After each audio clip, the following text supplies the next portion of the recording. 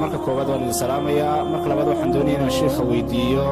haddii qof dhallinyaro ah sinaysto oo aanu guur hore soo marin xukunkiisuna yahay 100 jeedala sidaynu ogsoonnahay diyaarna wuu yahay in 100kii laga jaro balse aanu garanayn cid uu ka codsado oo xadkaas ku oogta ma ku filan tahay inuu toobad keeno ka murugoodo ilaahay subxaanahu wa tacaala baryo intaasoo qura dembigii markaa ma kaga dhacaya arrintan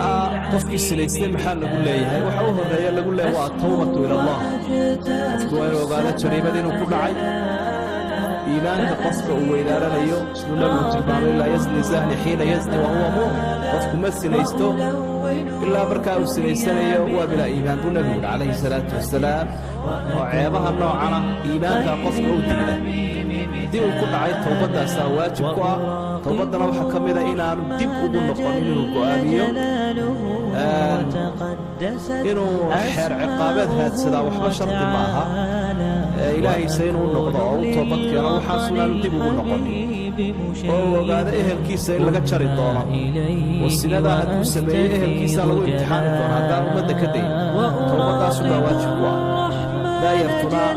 inay aad uga fogaadaan weeye waxyaabaha u keeni kara sino hadday tahay waxa qaawanay daawadaan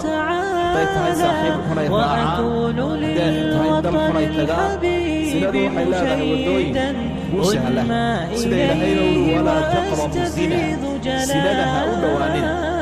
dhowaanina waxay sheegaysaa ha raacraacina waddooyinkeeda gabadha jinnabiyoo lala sheekaysto iyadoo la daawado iyadoo lala gooni noqdo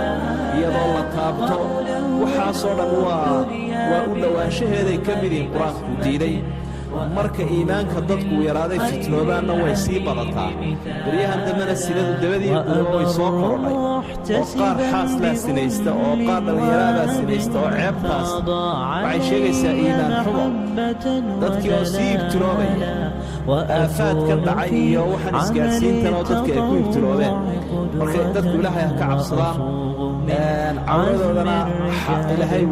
nicmadaa uu siiyeyna iyo xaaraan ku isticmaalay towbadaasu baana waajiba